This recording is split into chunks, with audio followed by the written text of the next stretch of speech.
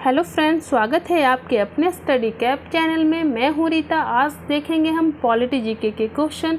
और ये जो पॉलिटी के क्वेश्चन हैं ये आपके सारे कंपटीशन एग्ज़ाम के लिए बहुत ही इंपॉर्टेंट है, चाहे वो आपका पेट का एग्ज़ाम हो, एसएससी का, रेलवे, बैंकिंग, टीजीटी, पीजीटी, ये सारे एग्ज़ामों के लिए पॉलिटी बहुत ही इम्पॉर्टेंट है।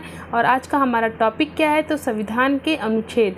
चलिए देखते हैं। और आज का हमारा पहला क्वेश्चन क्या है, तो भारत के संविधान में मूलतः कितने अनुच्छेद थे। तो कितने अनुच्छेद थे, तो 395। कितने, 395 अनुच्छेद थे जब हमारा भारतीय संविधान बना था। वर्तमान में भारतीय संविधान में गणना की दृष्टि से कुल कितने अनुच्छेद और अनुसूचियां हैं, तो हमारा आंसर हो जाएगा बी ऑप्शन, 470 अनुच्छेद और 12 अनुसूचियां हैं। चलिए देखते हैं नेक्स्ट क्वेश्चन। संविधान के अनुच्छेद 1 में भारत को क्या कहा गया है, तो भारत को कहा गया है राज्यों का संघ। क्या कहा गया है, राज्यों का संघ, यूनियन ऑफ स्टेट। क्या कहा गया, यूनियन ऑफ स्टेट कहा गया। यूनियन का मतलब क्या हुआ, तो भारत के अंदर प्रशासन करने के लिए हमने इंडिया को राज्यों के संघ से मिलकर बनाया है। अगर कोई भी स्टेट हमारे भारत से अलग होना चाहता है तो ऐसा कोई अनुच्छेद या प्रावधान हमारे संविधान में नहीं है। हाँ, आप नए राज्य को बना के इंडिया में जोड़ सकते हैं, किसी भी स्टेट का नया नाम रख सकते हैं, किसी नए स्टेट का सृजन कर सकते हैं, लेकिन जो स्टेट पहले से हमारे इंडिया से जुड़ा हुआ है उसे हम अलग नहीं कर सकते हैं। इसलिए हमने अनुच्छेद 1 में भारत को क्या कहा है, तो यूनियन ऑफ स्टेट कहा है, राज्यों का संघ कहा है। चलिए देखते हैं नेक्स्ट क्वेश्चन। भारतीय संविधान में कौन सा अनुच्छेद भारत को राज्यों का संघ बताया गया है। भारतीय संविधान के कौन से अनुच्छेद में भारत को राज्यों का संघ बताया गया है, तो हमारा आंसर हो जाएगा ए ऑप्शन, अनुच्छेद पहला।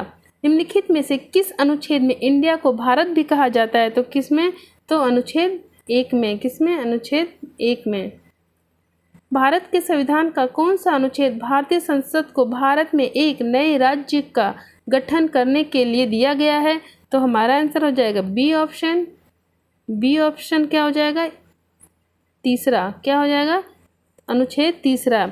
अनुच्छेद तीसरे में भारत में एक नए राज्य के गठन करने के लिए अनुच्छेद 3 में बताया गया है कि आप एक नए राज्य की स्थापना, नए राज्य का सृजन कर सकते हैं। चलिए देखते हैं नेक्स्ट क्वेश्चन। भारत के संविधान में किस अनुच्छेद के अंतर्गत संसद नए राज्य को भारतीय संघ में सम्मिलित कर सकती है, तो बी ऑप्शन हो जाएगा हमारा, अनुच्छेद 2 में। अनुच्छेद 2 में क्या कहा गया है कि हम किसी भी नए राज्य को अपने इंडिया में शामिल कर सकते हैं, भारतीय संविधान में या भारतीय संघ में उसे सम्मिलित कर सकते हैं। ये अनुच्छेद 2 में बताया गया है। भारतीय संविधान का कौन सा अनुच्छेद संसद को नागरिकता के अधिकार को नियमित करने की शक्ति प्रदान करता है, तो कौन सा, अनुच्छेद 11। तो अनुच्छेद 11 क्या कहता है कि संसद द्वारा नागरिकता के अधिकार का विधि द्वारा नियंत्रण करना। मतलब संसद द्वारा जो भी नागरिकों को अधिकार दिए गए हैं उसे विधि द्वारा या कानून के द्वारा उसे नियंत्रण करना। क्या करना, उसे नियंत्रण करना, ये कहा गया हमारे अनुच्छेद 11 में। चलिए देखते हैं नेक्स्ट क्वेश्चन। किस अनुच्छेद में व्यवस्था है कि कोई भी कानून मौलिक अधिकारों का उल्लंघन कर पारित किया गया है तो उसे अमान्य माना जाएगा, तो किस में कहा गया है, तो हमारे अनुच्छेद 13 में। क्या, अनुच्छेद 13 में कहा गया है। अनुच्छेद 13 में क्या कहा गया है कि ये कहा गया है कि मौलिक अधिकारों को सुरक्षित रखना। क्या कहा गया है कि मौलिक अधिकारों को हम कैसे सुरक्षित रखना है, कैसे रख सकते हैं। चलिए देखते हैं नेक्स्ट क्वेश्चन।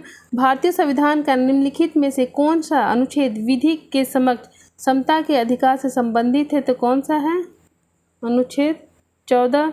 अनुच्छेद 17 क्या बताता है, ये अस्पृश्यता का अंत, क्या, अस्पृश्यता का अंत बताता है। अनुच्छेद 15 क्या बताता है, तो यह राज्य द्वारा धर्म, जाति, लिंग के आधार पर भेदभाव नहीं होगा। क्या बताता है, राज्य में धर्म, जाति, लिंग के आधार पर भेदभाव नहीं होगा, ये हमारा अनुच्छेद 15 बताता है। और अनुच्छेद 14 क्या कहता है, विधि के समक्ष समता। क्या कहता है, विधि के समक्ष समता। चलिए देखते हैं नेक्स्ट क्वेश्चन। भारत के संविधान के किस अनुच्छेद में उल्लेखित है कि किसी भी नागरिक के साथ उसके धर्म, वंश, जाति, लिंग या जन्म स्थान के आधार पर भेदभाव नहीं हो सकता, नहीं किया जा सकता? तो ये किस में कहा गया? हमारा आंसर सी ऑप्शन। किस में? सी ऑप्शन में कहा गया है। किस में? सी ऑप्शन में कहा गया है। संविधान के किस अनुच्छेद के अंतर्गत शिक्षण संस्थाओं में, जिसमें गैर सरकारी व गैर अनुदान प्राप्त भी सम्मिलित हैं, अन्य पिछड़ों, अनुसूचित जाति व अनुसूचित जनजाति हेतु आरक्षण की सुविधा प्रदान की गई है? तो किसमें? हमारा आंसर हो जाएगा बी ऑप्शन, अनुच्छेद 15(5) में। चलिए देखते हैं नेक्स्ट क्वेश्चन। भारत के उच्चतम न्यायालय द्वारा स्थापित केचप नियम संविधान के निम्नलिखित किस अनुच्छेद से संबंधित हैं? तो किससे संबंधित हैं? तो हमारा आंसर हो जाएगा डी ऑप्शन, अनुच्छेद 14 का। क्या? अनुच्छेद 14 का। भारतीय संविधान के किस अनुच्छेद में राज्यों के अधीन सेवाओं में अनुसूचित जनजाति के पक्ष में पदोन्नति के मामले में आरक्षण के लिए उपबंध है? तो किसमें है? ए ऑप्शन, अनुच्छेद 4A में। किसमें? अनुच्छेद 4A में। चलिए देखते हैं नेक्स्ट क्वेश्चन। भारत संविधान की प्रस्तावना में प्रयुक्त समाजवाद शब्द को निम्नलिखित किस अनुच्छेदों के साथ मिलकर पढ़ने से सर्वोच्च न्यायालय को समान कार्य के लिए समान वेतन का मौलिक अधिकार परिभाषित करने की शक्ति प्राप्त हुई है? तो किसमें हुई है? तो हमारा आंसर हो जाएगा डी ऑप्शन, अनुच्छेद 14 तथा 16। क्या? अनुच्छेद 14 तथा 16। तो फ्रेंड्स, आज के लिए बस इतना ही। कल इसके आगे हम कंटिन्यू करेंगे। अगर आपको मेरी वीडियो अच्छी लगे तो इस चैनल को सब्सक्राइब कीजिए, अपने दोस्तों के साथ शेयर कीजिए। Okay bye, thank you.